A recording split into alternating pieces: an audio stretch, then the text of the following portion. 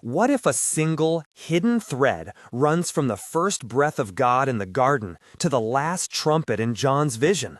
A thread that ties the fate of Israel to distant kingdoms, to empires whose names change with the maps, even to a people later called by the world Iran.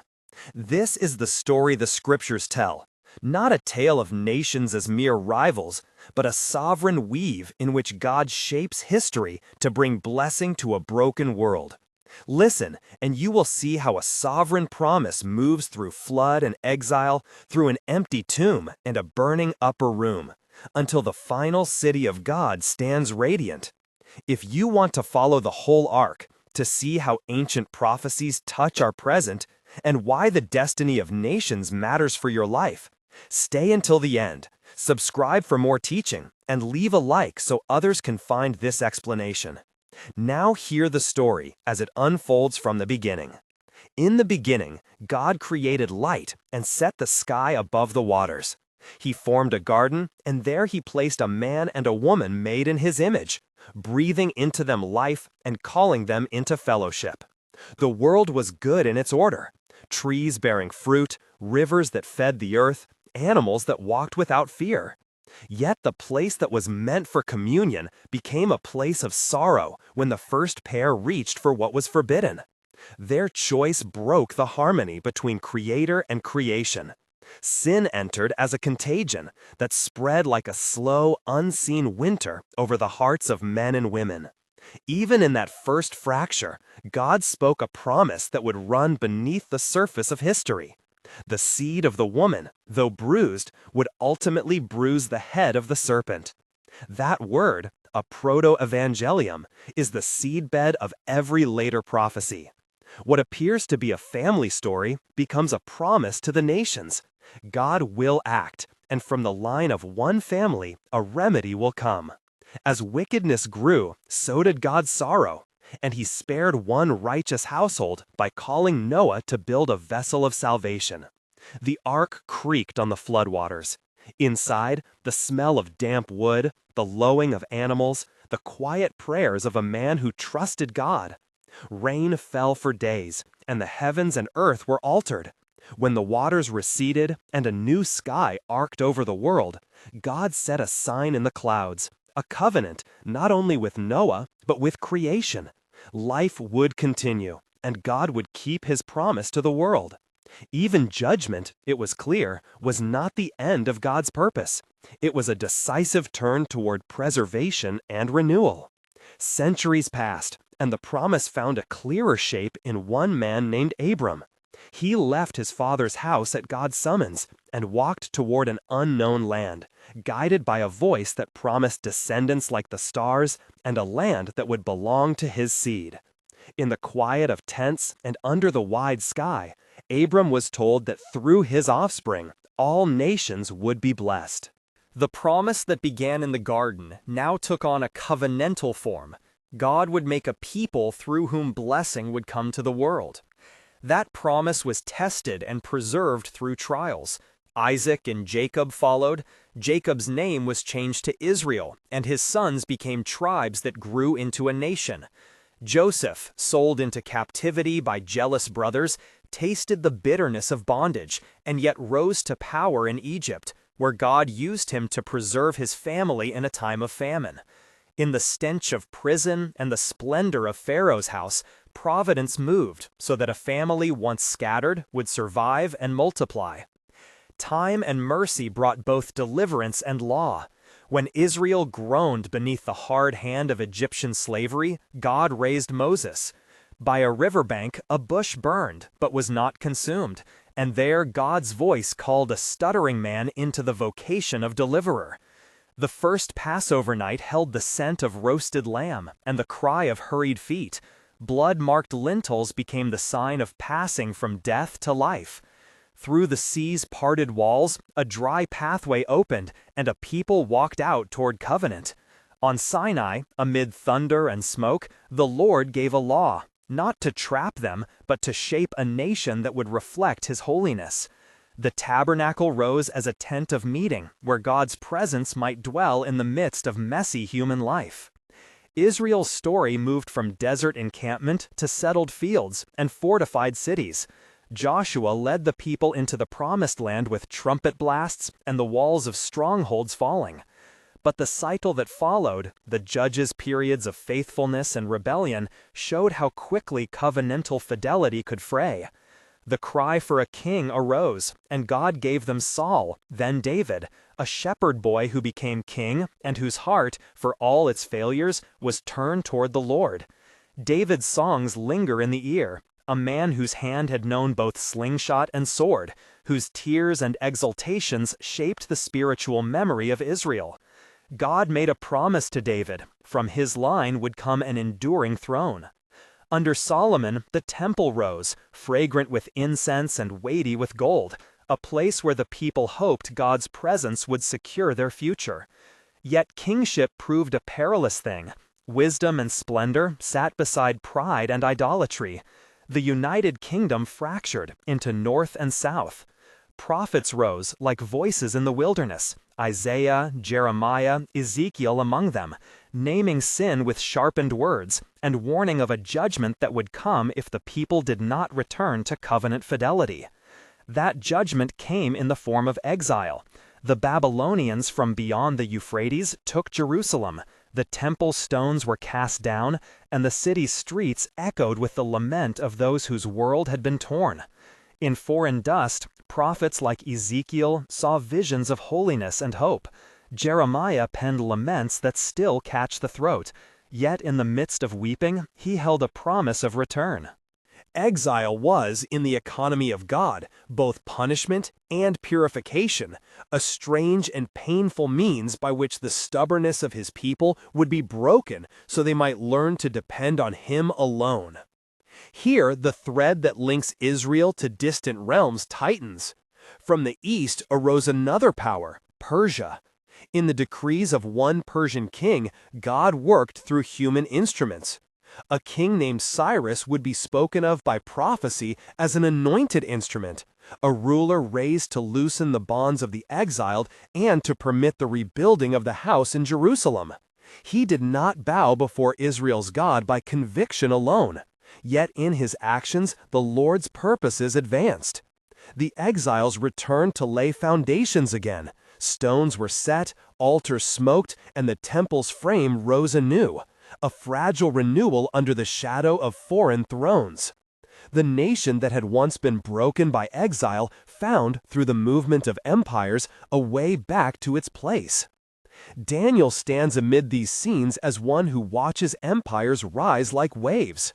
In a foreign court, he refused to be defined only by political station or captive birthright.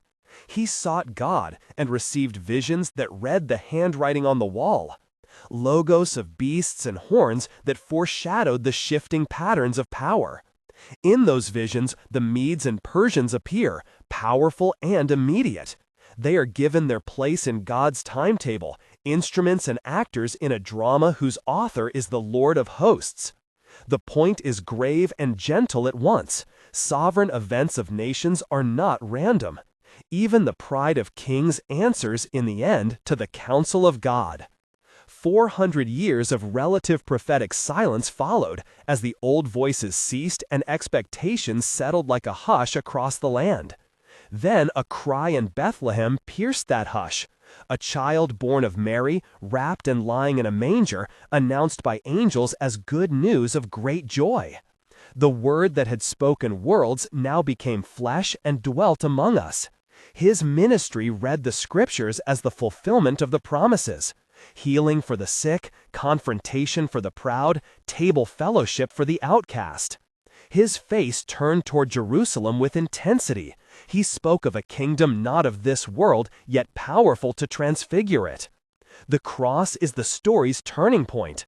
There at Golgotha, under a thickening sky, and with the city's stones standing mute, the Son of God gave himself. The nails and the words, the tearing of the temple curtain, the weight of the world's sin borne by one who was without sin, these are the center of the narrative. Death came, the tomb closed. But on the third day the stone rolled back, and the garden tombs held only linens. Resurrection was not a theological ornament, it was God's vindication that death had been defeated. This victory reshaped the promises. The seed who would crush the serpent had come, and through his life, death, and rising, the covenant promises to Israel and to the nations entered a new, decisive form. After the resurrection, at an upper room thick with prayer and longing, the Spirit came in wind and flame. Tongues like fire rested on each head, and the language barrier fell as the gospel poured out to every nation. The church's mission surged across sea lanes and desert roads. Fishermen became preachers. A tent maker called Paul traveled, writing letters that framed theology for a young movement drawn from Jews and Gentiles. In these decades, the ancient promises found global shape. The blessing to the nations was no mere hope. It was now being embodied in communities knitted by faith. All of this, covenant, law, exile, return, incarnation, cross, resurrection, Spirit, leads toward the vision given to John on Patmos. In his revelation, there are images that still astonish. A slain lamb who is worthy, a scroll opened in heaven, seals and trumpets that judge and purify, a beast that rallies the forces of rebellion, and finally, a city coming down from God, the New Jerusalem, with streets of light and a river of life. In that final vision, every nation, tongue, and people find their place not as conquerors, but as citizens of a redeemed creation. Thrones are there, crowns are there, and the old curse is reversed. No more tears, no more mourning, and God dwelling among his people.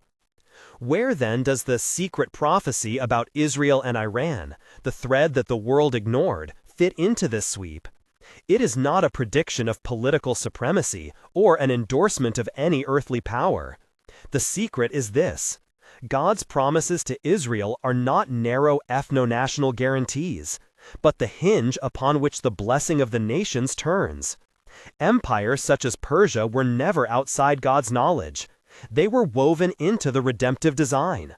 Cyrus's decree, Daniel's visions, the long movement from exile to return, these show that God can and will use the rise and fall of kingdoms to shepherd his people back to covenant and to open access for his saving purposes among the nations. That prophetic thread carries a pastoral edge.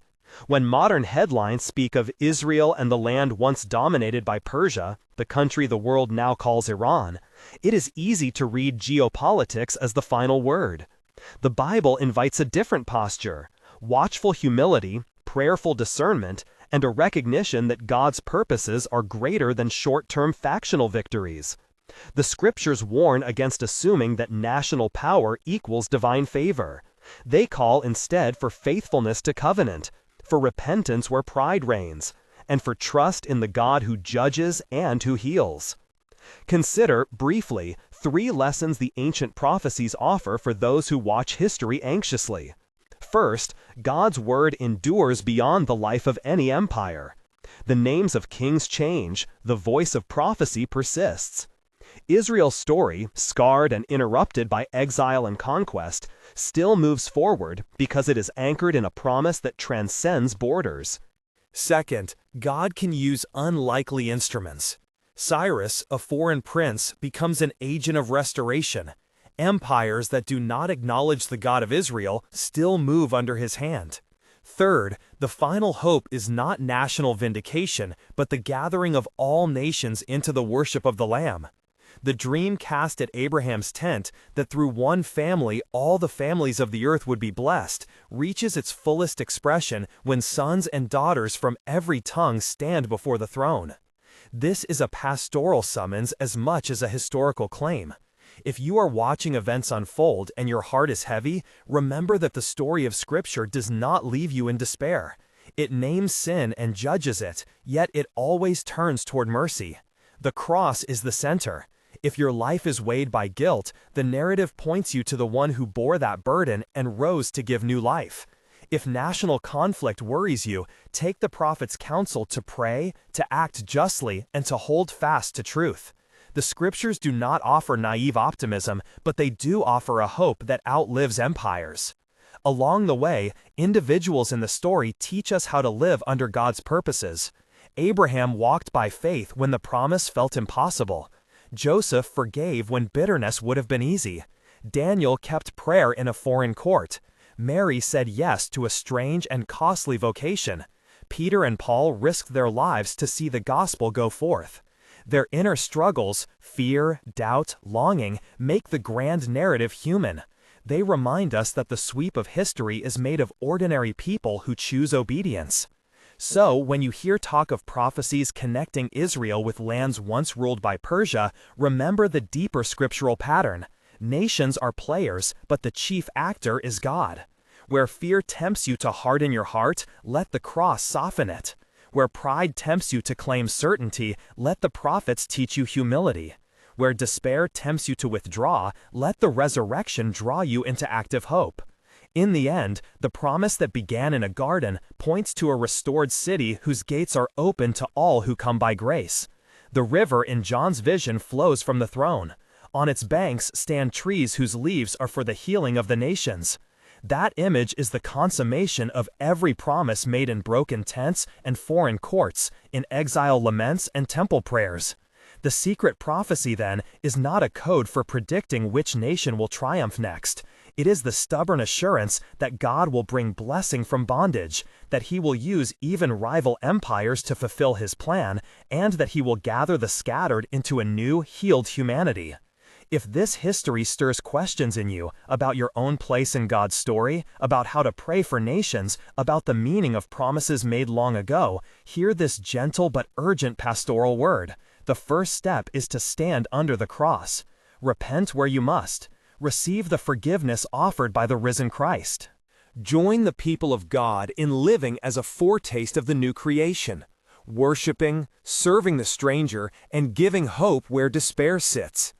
A final image lingers, a prophet on a distant shore seeing vision after vision, a lamb who had been slain standing at the center of a throne, and before him a multitude that no one could number, from every nation, tribe, and tongue. Among them are descendants of a people who once walked out of exile, and among them are those whose ancestors once bowed to Persian kings. In that great assembly, differences that once bred enmity are swallowed by praise.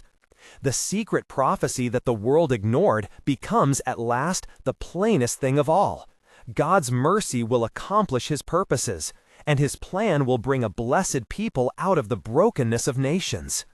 Keep watching these themes. In what follows, we will trace particular prophetic scenes: Cyrus's decree, Daniel's visions of kings and beasts, the prophetic arcs of Isaiah and Jeremiah, and see more precisely how the ancient word addresses both Israel and the realm that the world later calls Iran. We will linger over Daniel's night visions, stand again at Sinai and at Golgotha, and listen for how each image points forward to that river and the tree of life. If your heart is willing, let the narrative continue to shape you toward hope, confession, and active faith. Begin with Cyrus, for he is the first unmistakable demonstration in the prophets that God can name an agent of deliverance in a foreign throne room. Isaiah speaks of "my anointed," applied oddly to a king who does not worship Yahweh. And the astonishment in the text is instructive. God's rule is not confined to piety or ethnic boundary. The decree that allowed exiles to return and the temple to be rebuilt came through a ruler who, by the scripture's own account, was raised up for that very purpose.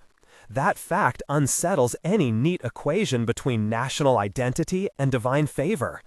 Providence may work through unlikely hands. Judgment and mercy frequently travel by the same road. The pastoral lesson is plain: prayer for rulers, readiness to receive God's use of surprise instruments, and humility before God's sovereign choreography.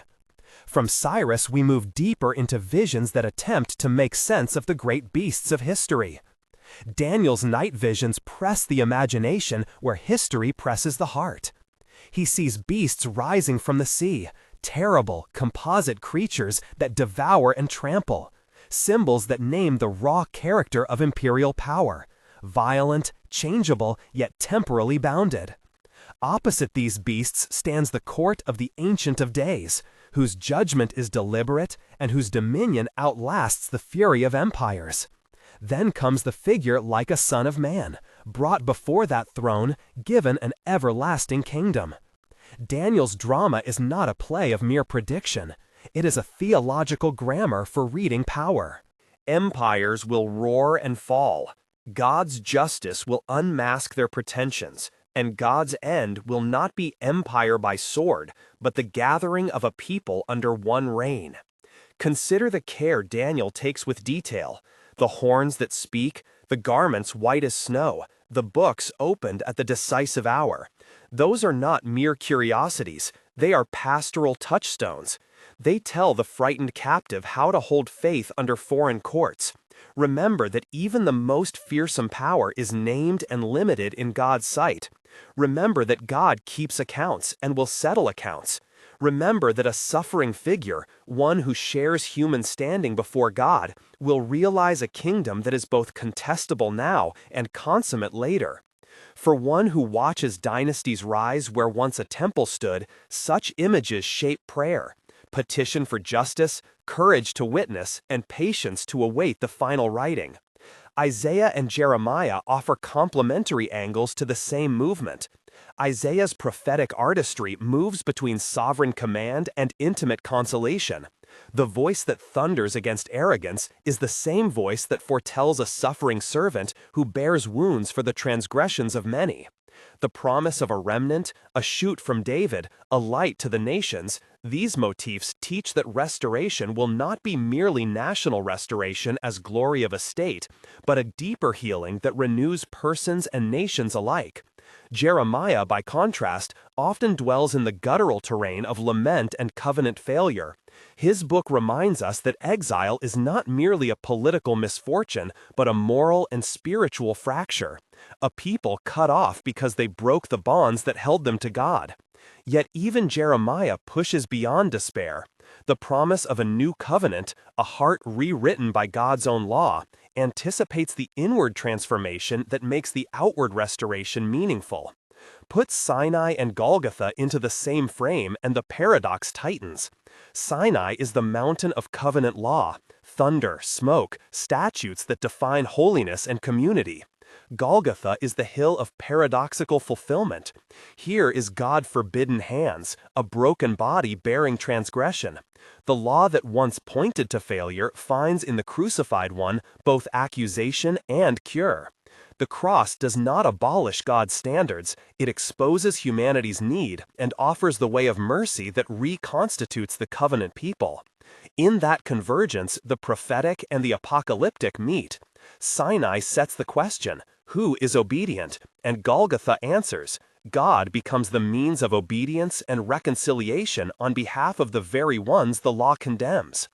All these images, the decree of a pagan king, beasts that stalk the dreams of the faithful, laments that turn to promises, mountain thunder and a cross, bend toward a single horizon the prophets and apostles dared to name. The river that flows from the throne and the tree whose leaves heal are not ornamental afterthoughts. They are the logical end of a story whose earlier acts include exile, judgment, lament, deliverance, and costly love. Each prophetic scene carries a seed of that consummation. Cyrus's act foreshadows how God will use the unexpected to restore. Daniel's visions proclaim that ephemeral force cannot eclipse eternal justice. Isaiah's songs and Jeremiah's covenantal promise show that restoration includes inward renewal. Sinai and Golgotha together explain how the law and grace meet to birth a healed people. This is not abstraction, but pastoral formation.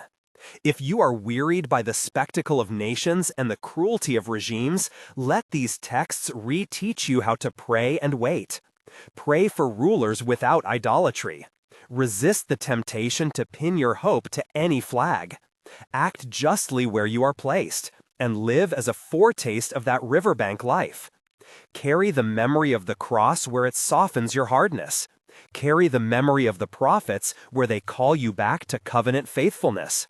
In doing so, you become part of the very stream the scriptures aim toward, a community whose witness itself pulls the future a little nearer.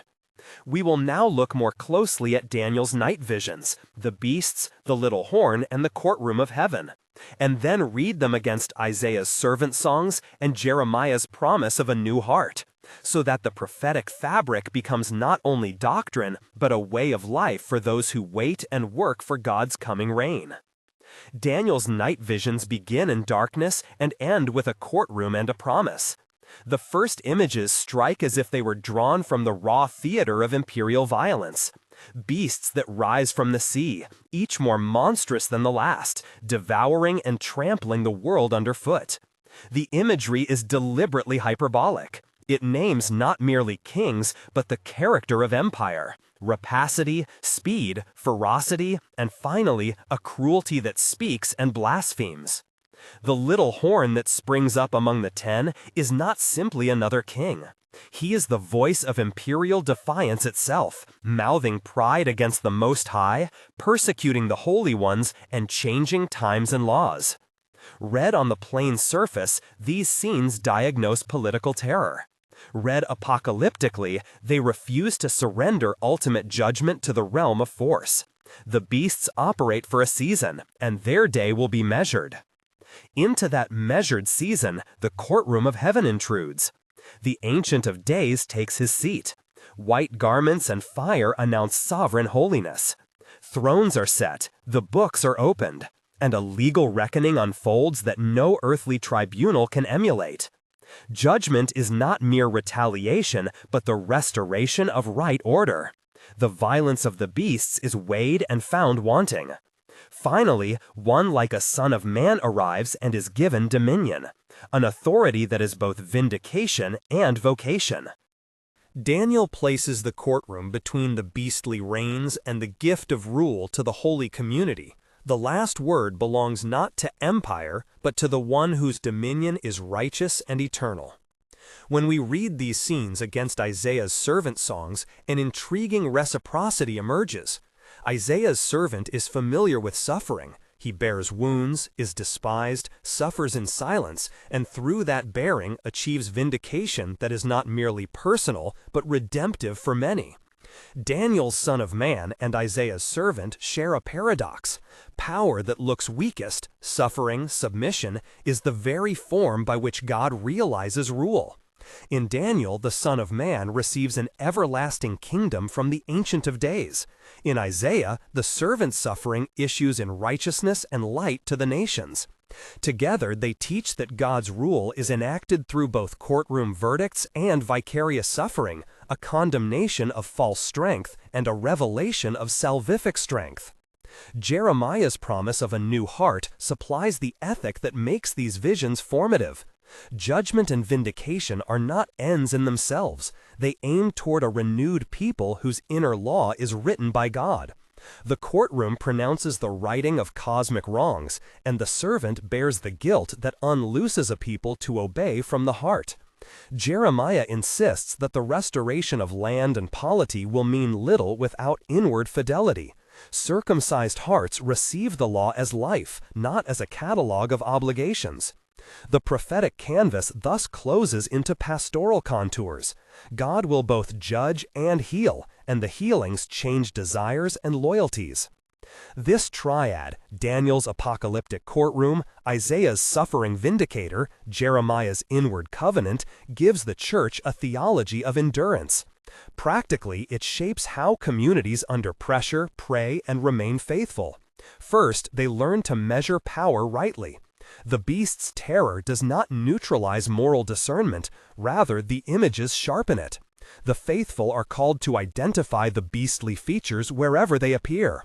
Boastful domination, the reordering of time and law to serve rulers' interests, persecution of the vulnerable. Calling these things by their biblical names is not mere polemic, it is a pastoral safeguard against absorption into the empire's logic. Second, the courtroom suggests patience without passivity. The opening of the books and the Ancient of Days verdict teach that history is not an unmoored contest of wills, but a narrative under divine adjudication. Patience here is not fatalism, it is the discipline of waiting that continues to testify and to serve. Faithful communities refuse both despair and premature triumphalism. They intercede for rulers, they render justice locally, they resist the temptation to worship a flag or a throne. Such patience bears practical fruit, it sustains witness under pressure, it preserves communal integrity, and it holds open a moral alternative to the empire's patterns. Third, the servant song logic reframes suffering. To bear the consequences of a hostile polity is not automatically to be passive or complicit. Sometimes suffering participates in the form of Christ-like love that refuses to repay violence with violence. Yet Isaiah's servant is also vindicated. Suffering is not the final explanatory category. The promise of vindication grants suffering an orientation toward solidarity, toward endurance that does not degrade into cynicism.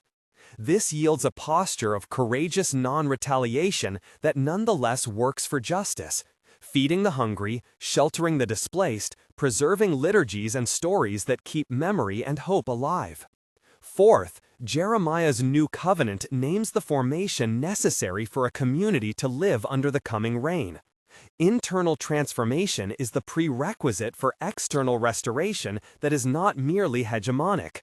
Practical formations follow: catechesis that shapes loves and desires, worship that reorders time towards Sabbath rhythms, communal practices of confession and mutual aid that cultivate hearts disposed to God's law as life.